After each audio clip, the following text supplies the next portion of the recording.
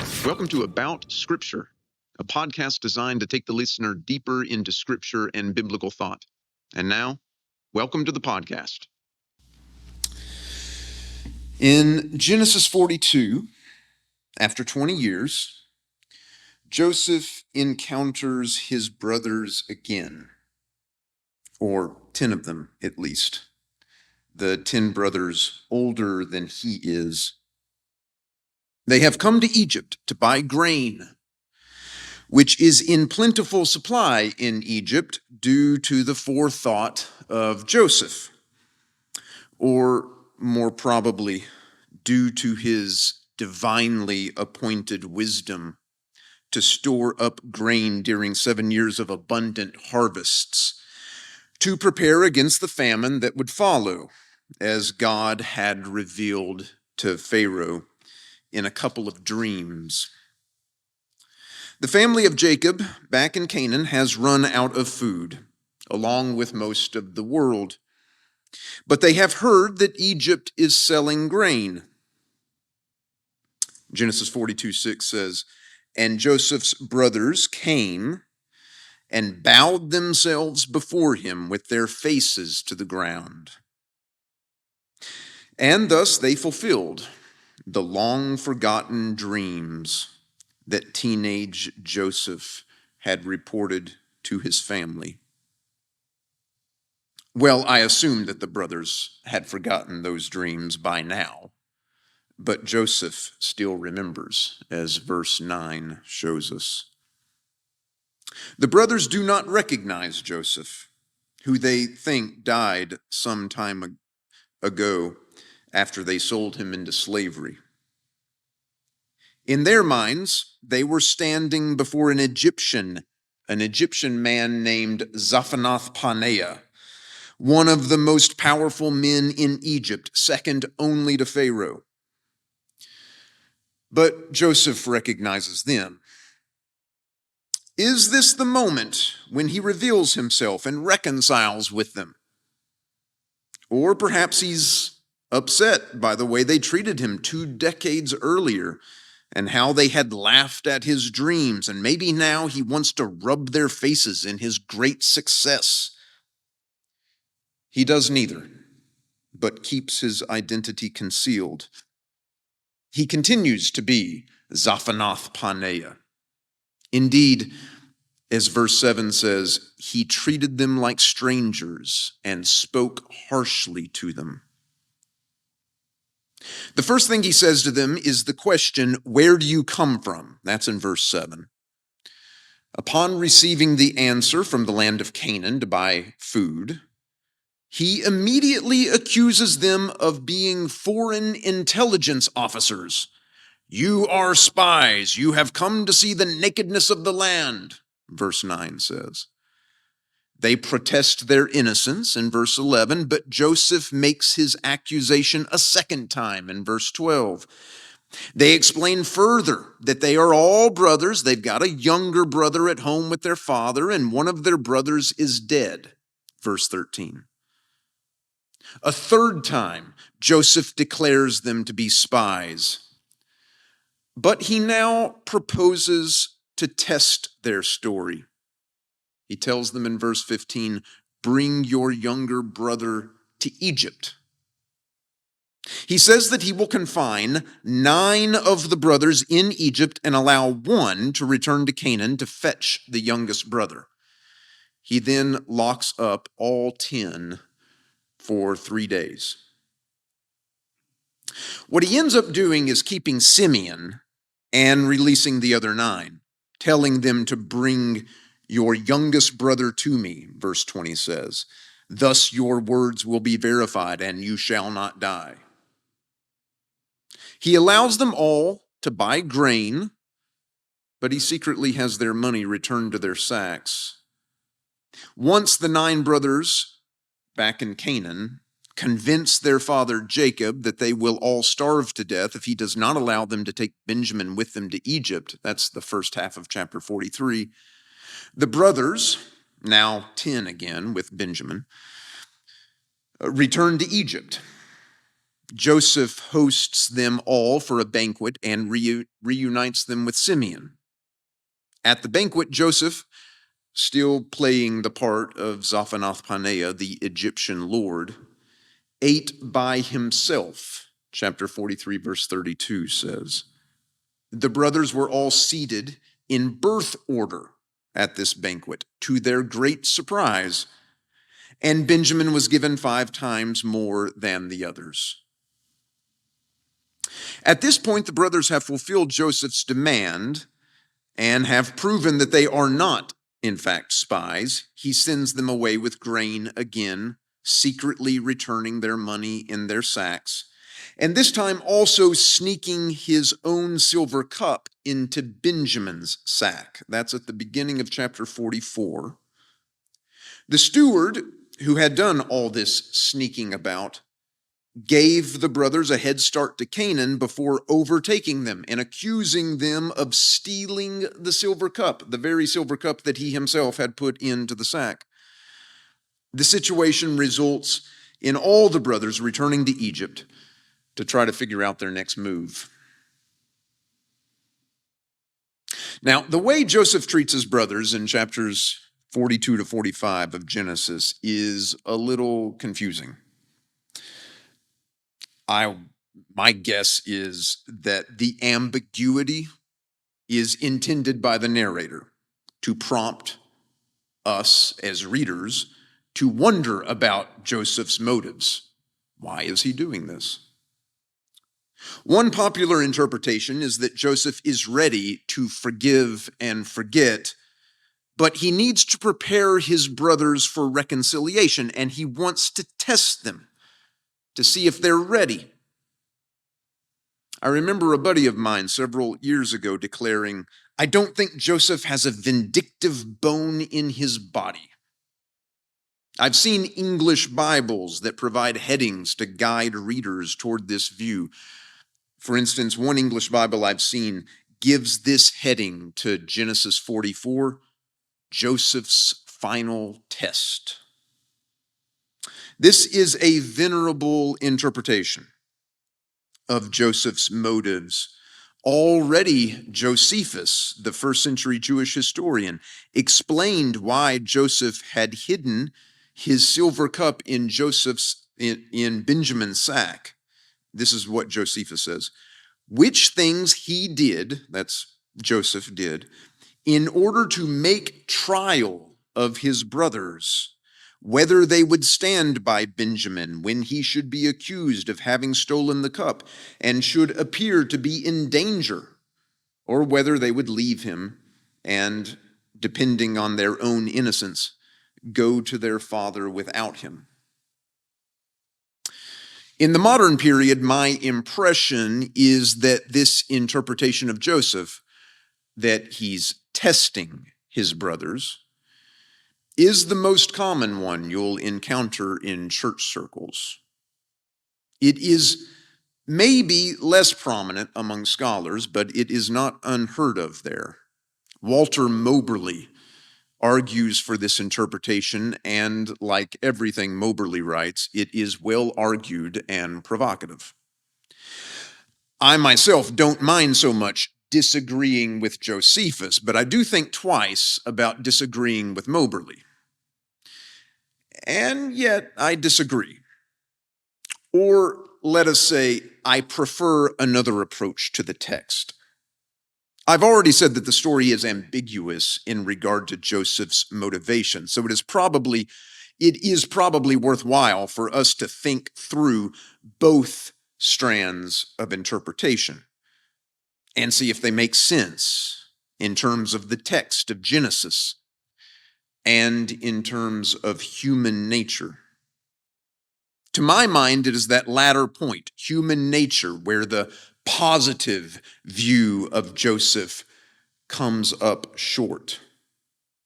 The reason I don't like that interpretation is mostly because Joseph comes off as a choir boy without normal human emotions like anger and hatred toward people that he trusted who ended up abusing him in the most despicable manner. In my view, this section of Genesis is not about Joseph preparing his brothers for reconciliation, but about God preparing Joseph for reconciliation. How does Joseph feel about his brothers when they walk in the palace? Looks to me like he's still angry and resentful, basically like he hates them. He accuses them of being spies twice before they defend themselves, and then he does it a third time, of course. Maybe in that moment, in that rush of emotion, upon first seeing those people who had tried to kill him, he was really moving toward having them executed. That would be the obvious punishment. Some spies come into the land. All it takes is a word from the second in command, from the guy that has the signet ring. All he has to do is say, these guys are spies, take them away and be executed. In that rush of emotion upon first seeing them, maybe that is what the first idea that pops in. They had wanted to kill him. Now they are at his mercy, and he's going to do to them what they had tried to do to him. But then they said something that shifted his thoughts toward a less grisly outcome. They mentioned Benjamin. They said in verse 13, we, your servants, were 12 brothers, the sons of one man in the land of Canaan. The youngest, there it is, the youngest is now with our father, and one is no longer living. The youngest is now with our father. Benjamin. Yes, of course. Perhaps it had already occurred to Joseph that Benjamin wasn't present among them. Surely it had. Only 10 brothers came to buy bread. Where was Benjamin? Had they killed him too? Was he still alive? He's still alive, still with Jacob. Benjamin was Joseph's full-blood brother, his only younger brother, the only one of the brothers that had not plotted to do away with Joseph. He would like to see Benjamin again. He would like to rescue Benjamin, deliver him from hunger, and live with him in the Egyptian palace, provide opportunities he's never dreamed of, and get him out of the reach of these conniving, evil brothers. When the brothers mentioned Benjamin, Joseph's thoughts turned from vengeance toward his little brother. All of his motives over the next few chapters, I think, are calculated not to try to reconcile with his brothers or redeem his brothers or build a relationship with them or to test to see if they've changed. Look, I think you can read these chapters and think Joseph doesn't care one iota whether his brothers have changed or not. He knows what his brothers, he knows enough about them and doesn't want to be with them at all. What he wants is Benjamin. And the brothers are the key to getting Benjamin to Egypt. He doesn't care about those 10 other brothers, older brothers that tried to kill him. They are a means to an end. And the end is seeing Benjamin again. Not only seeing him, but arranging matters so that he can live with Benjamin and get rid of these brothers. He goes ahead and tells them that he wants their youngest brother to come to Egypt already in that first meeting, chapter 42, verse 15. But he needs to formulate a plan. How's he going to get Benjamin there? He needs to formulate a plan. So, chapter 42, verse 17, so Joseph imprisoned them together for 3 days. It'll give him time to think. By the end of the 3 days, Joseph's initial shock at seeing his brothers and his intense anger at them had calmed down somewhat, enough for him to think more rationally about how to achieve his aims. He needs to keep a brother in order to guarantee they'll all come back. This plot actually ends up failing. He does end up keeping Simeon, as I said earlier, but it doesn't actually guarantee that they'll all come back, because Jacob just writes off Simeon. If you read chapter 43, Jacob just completely writes off Simeon. Oh, he's already dead. He's a goner. Nope. No way we're going back to Egypt anymore.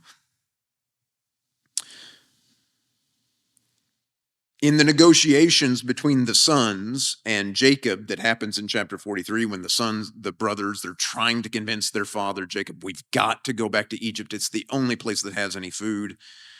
Simeon is never mentioned in those negotiations. Nobody says, we got to go back to get Simeon. No, he's already written off. He's dead. And so the imprisonment of Simeon ends up not being a good way to guarantee the return of the brothers, but Joseph also needs to send the rest of the brothers back. He had initially planned to keep 9 of them and send just 1 back, but I think he ends up thinking, I need to send 9 back and keep just 1, so that Jacob won't fear so much letting Benjamin out of his sight. Another miscalculation on the part of Joseph, as it turns out. Jacob is absolutely terrified of letting Benjamin out of his sight.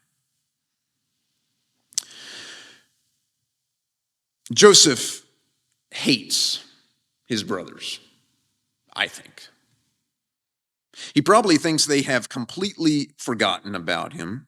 They got what they wanted. They got rid of Joseph, their father's favorite, and since then they haven't thought about him at all. They probably haven't given a second thought to the brother they sold into slavery. And then Joseph overhears his brothers talking. This is after the 3 days of imprisonment. We're still in chapter 42. The brothers are talking. What language are they talking? I don't know, some Canaanite language apparently, not Egyptian.